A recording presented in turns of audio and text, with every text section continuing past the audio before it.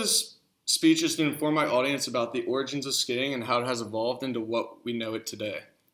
Skiing not only helps a person's physical health, but can also be very therapeutic to someone's mental health as well. The ski was created before the wheel, dating back to around the year 8000 BC. Roland Huntford, an author specializing in polar explorers, says that cave drawings suggest that man used the ski during the last ice age, during the Paleolithic period. However, the oldest skiing artifact dates back to around the year 6000 BC, and it was found in northern Russia. This type of skiing was not for leisure like how we picture skiing today. It was used to cross frozen tundra to hunt animals like elk and reindeer. The next era of skiing evolved because of military interests. In the 1760s, the Norwegian army held skill competitions that involved shooting at targets while skiing. It wasn't until around the 1880s when Europe saw a major shift from cross-country skiing to alpine skiing. People during this time fell in love with the adrenaline rush that skiing down a mountainside gave to them. This rush is what ultimately attracted people to ski for leisure and is what evolved the sport into what we know it as today. The Olympics have 5 main events that involve skiing. The most traditional form of skiing is the alpine event, and that is where the athlete skis down a steep trail while having to maneuver around flags. There's also the biathlon, where skiers ski through all different types of terrain and stop at different checkpoints to shoot at targets. They are then scored based on their time to complete the course and their accuracy of their shots. The cross-country skiing event is simply a race across flat ground with minor slopes and hills. Some of the most entertaining events, in my opinion, are the freestyle events. These events include aerials, moguls, ski cross, ski halfpipe, and ski slopestyle. In most of the freestyle events, competitors are assessed based on their execution, height, difficulty, variety, and landing of their tricks. Another event in the Nordic is the Nordic Combined event, and it is also one of the oldest events in the Winter Olympics. This event combines cross-country skiing and ski jumping, and it requires a ridiculous amount of endurance. The ski jump event uses massive skis, almost double the size of the regular alpine ski, and the skiers launch themselves at high velocity and see who can go the farthest. Now that you know about the sport of skiing, let me talk to you about the elements that go into a ski trip. Skiing today is a great way to get away with family and friends. Unless you live close to a remote ski resort, it usually involves traveling and staying in a resort.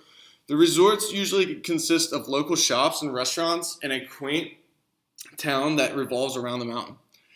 Ski trips are a great way to bond with close ones because you have your own freedom when racing down the mountain, but also you have great quality time when you're sitting on the chairlift or relaxing in the hot tub after a long day on the slopes.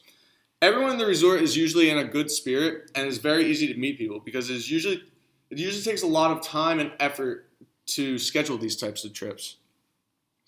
Skiing is a physically tolling activity and it takes patience and hard work to obtain a nice form.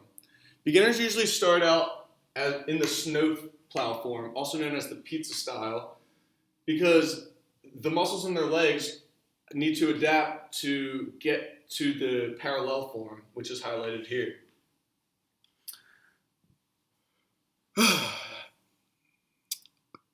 If you're eligible to ski, I highly recommend you take that opportunity because skiing is very limited to a population of people located around a mountainous terrain with a snowy climate. I've highlighted with this video a map of all the places in the world that you can ski. In the US, there's only 2 mountain ranges, the Appalachian Mountains, which run along the east side of the country, and the Rocky Mountains, which run along the west side of the country. The best mountain range to ski in the world is easily the Alps, which are located in Europe. Most of the Alp mountains tower over any mountain in North America. There are even places all throughout Asia you can ski. The top 5 places to go in Asia are Japan, South Korea, China, Kazakhstan, and India. But there are also places to ski in Israel, Russia, and former countries of the Soviet Union. Unlike all the places I have previously mentioned, there are places in the southern hemisphere as well.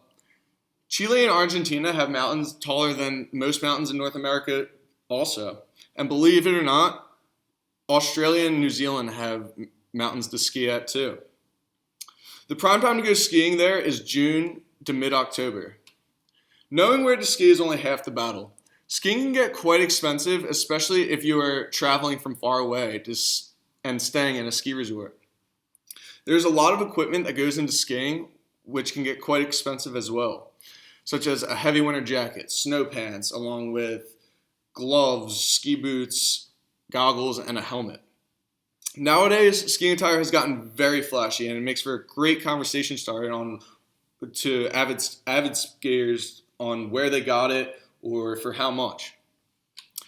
Traditionally, the alpine ski comes up to the skier's chin and is only curved in the front, as I've highlighted here. The cross-country ski, it is curved in the front like the alpine ski, but it allows the skier to lift his heel so that it's easier to cross flat ground. The twin-tip skis are a little shorter than the alpine ski and the cross-country ski, but they're curved in the back and the front, making it easier to do freestyle tricks. The adrenaline rush from skiing is like no other. It cultivates technology and nature, which allow the skier to enjoy great views and take in fresh mountain air. It is quite difficult to ski straight down a mountain, and the favorite form of skiing is done in an S-shaped motion, like I've highlighted here. The best part about skiing is that it can be done at the skier's own pace. Almost all ski resorts provide training to novice skiers. When I was younger, my father would put me in a lesson in the morning, and then I would go ski with him in the afternoon and show him what I learned in the lesson. Skiing is something I truly treasure because it takes patience and effort to improve my abilities. And it's rewarding when I can teach a novice skier how to ski a difficult trail. A lot of people tend to dislike when the seasons start to get colder, except for skiers, because that only means one thing. That just means ski season is right around the corner. Thank you.